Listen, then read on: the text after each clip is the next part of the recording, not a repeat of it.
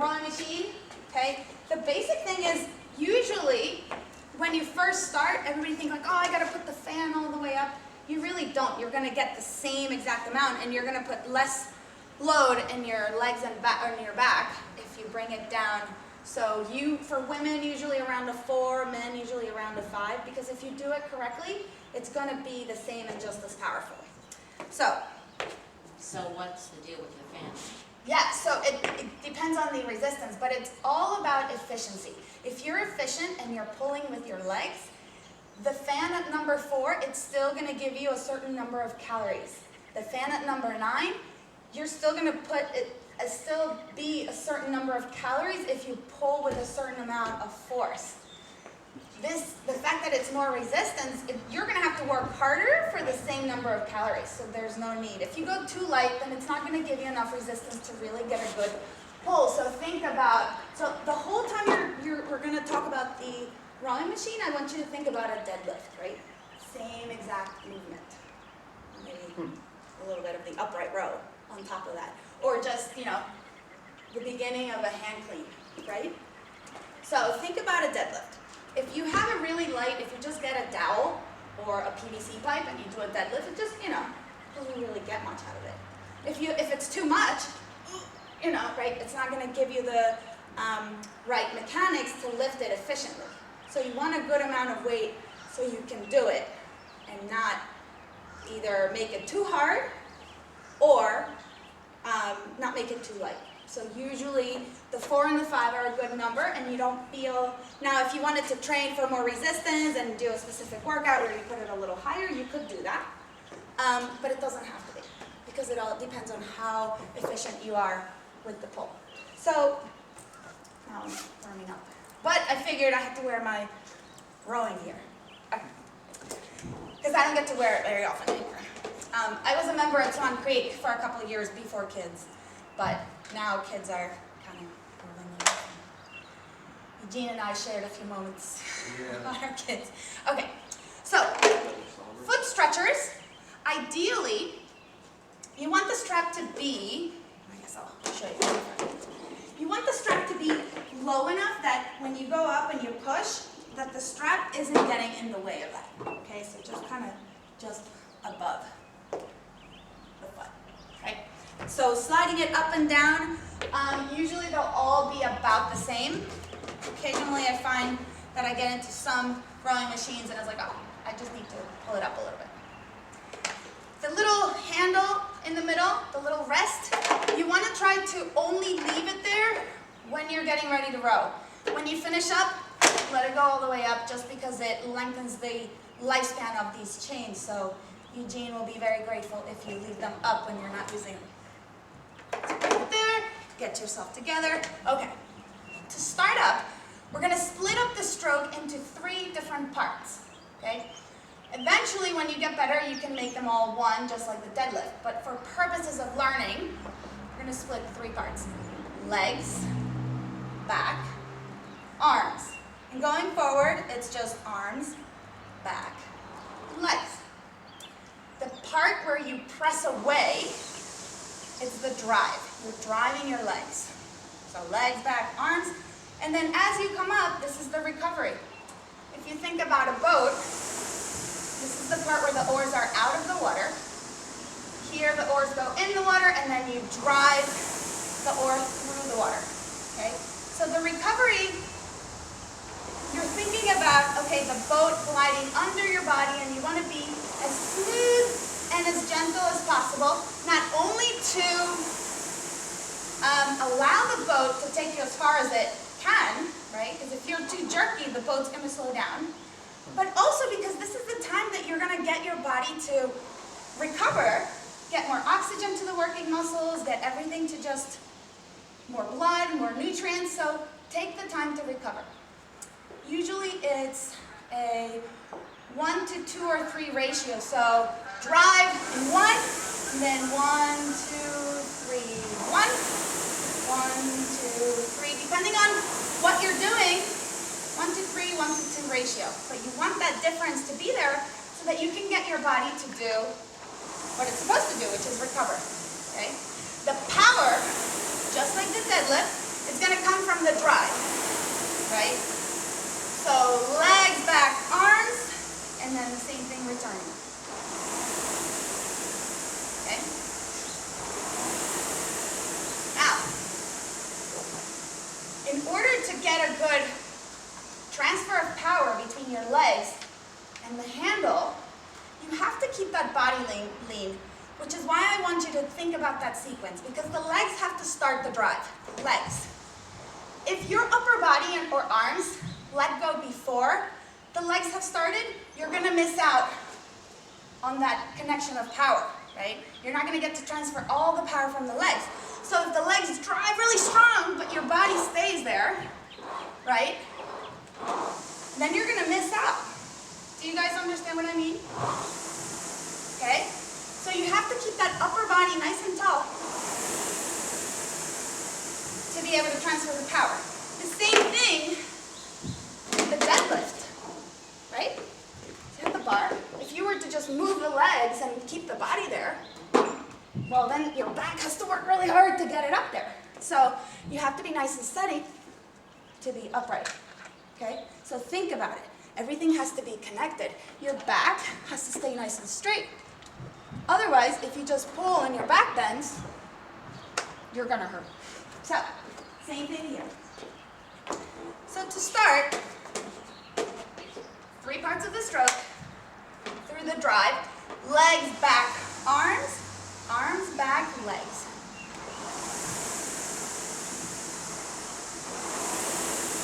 One to 2 or 1 to 3 ratio. And get your body to just recover. Okay? The other thing I wanted to mention before we sort of get going is, where should your arms be? Okay? When you recover, we were talking about sitting upright, right? If you look at where the chain comes in, about 2/3 of the way up. If you think staying 2/3 of the way up, that'll automatically get your chest up and get your body up and help you keep that tall body that you need to maintain the power going through the legs, into the chain, and into the machine. So nice and upright, okay? So legs, back, arms, arms, back, legs. So a couple of drills that you can do just to sort of practice that stroke might be arms only or arms and body, right? And then you can add the legs to sort of help you realize that there are 3 different types, okay? And I'll go through this when you guys get on the rowing machine too, so you don't have to remember it. Okay. Eventually, it becomes one, right? I still initiate with the legs, but then the body follows and then the arms follow. And then this is called the finish because that's where you finish the drive. This is called the catch because that's where your oar catches the water, okay? So at the finish, if you were to just stay here, the weight of your body would just dump into the boat and you would just slow yourself down. So at the finish, you want to get your arms in quick, in and out. And that's going to keep the momentum of the chain going so that your power can just be much more easily transferred to the catch or the beginning of the drive again. So legs, body, arms, in and out quick with the body, but slow with the legs. Slow with the legs. Recover. Let your body get the oxygen it needs. Okay, so in and out, but really smooth with the legs. Okay. The other big one that I see is that you don't have to lean all the way back. If you lean too far back, you're going to become inefficient, and then it's just going to be really hard to get your body to lean forward. So really, this is really enough. Just enough to stay nice and upright. Okay? So that's with the body lean. On the other end, when you come up towards the catch, where should you be? So I actually want to turn the rowing machine so you can see this. Because this is another big problem that I see with people. No problem, but that's sort of where mistakes can happen. So, I want you guys to see. Okay. Where should you see? Where should your pelvis be in regards to the most efficient pull? Think back to that deadlift, right? Think back to the deadlift. Is your pelvis here? Or is your pelvis here? You're not going to pull up like that, right? So the same thing, except on the rowing machine, you're sitting on something, you're much more easily capable to figure out where it is. So right now, right on the ground, I want you guys to feel the little bones that you can sort of sit on. So you should find your bones, the sit bones or the ischial tuberosities if you want to get fancy, okay? That's where you should always be. That's where you know that your back is in a neutral position and that your legs are in that ideal position to get the most out of you, okay? So if you're at the catch, you should feel that. You're sitting on those little bones so that you can be efficient with the drive. If you come forward and you let your bottom go underneath, you're not going to feel that anymore. And you see your back's going to curve, and that's when that's going to hurt. You might not hurt right away, but it's not going to be the most efficient way to transfer the power from your legs because you're breaking that chain. You have to be nice and tall. So, if you're like me and have tight hamstrings and you don't have much length in those hamstrings, think about it, the deadlift. You can't start with the bar all the way down to the ground, right? You might have to put some bumper so you can still be efficient with it, right? So the same thing. Like, this is it. I feel my hamstrings if I sit up nice and tall. If I hunch over, I can reach more. But that's breaking that chain and it's not keeping that proper position to be efficient for the power transfer. So, up nice and tall, I can feel my little sit bones. I can feel my hamstrings because they're not very long. And then I can come here so I can feel those hamstrings all the way up. Don't let that pelvis roll in because then you're going to break the chain of power transfer. So, here, you should feel the difference there. So just because you're not very flexible and that's as far as you go, that's okay.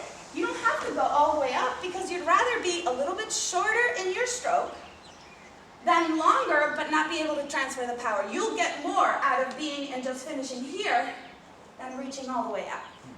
Makes sense? So just here, that's it. If I go any further, I'm going to get my back curved and I'm gonna miss out on it. So stay, okay? Nice and slow, and the power is going to come from the legs. Tons of little things that I could keep going on, but I don't want to keep adding to it. But this is an important one because it can prevent a lot of back issues, and it can also help you get more out of each stroke. So what I want to do is, any specific questions just now? Because then what I want to do is get the other rowing machines down and then have you guys sort of go through a couple strokes and then I can help you a little bit. So it almost seems like the first 5 movements are linked and then the legs are separate. The first 5? Like the first 3 back and then the arm body. And they're they're backwards. So, right, but the break comes before you, the recovery is the legs only pretty much. You can think of it that way. The recovery in terms of thinking of where the boat comes in is because at the finish, your oars exit the water and they're still recovering. They're not in the water anymore. So but I can see your point in that, oh yes, your legs are the true recovery. Well, that's when you slow down. Yeah. Okay. All right. Yeah.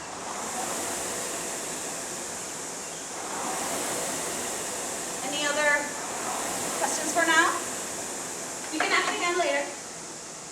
Because once you get into it, then you're like, oh, now I get it. Wait, what did you say? So good for now? Okay, so let's get the rowing machines. Let's line them up. Get you guys to try it. Don't feel like you have to muscle through it because it's just about getting the motion.